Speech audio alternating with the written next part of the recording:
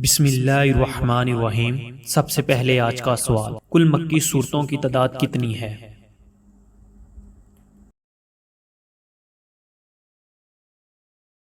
جواب 28۔ بسم اللہ الرحمن الرحیم۔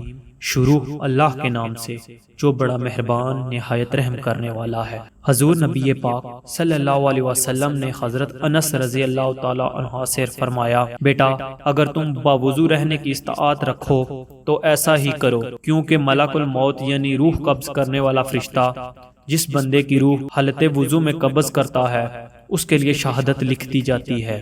فرشتوں کی دعا۔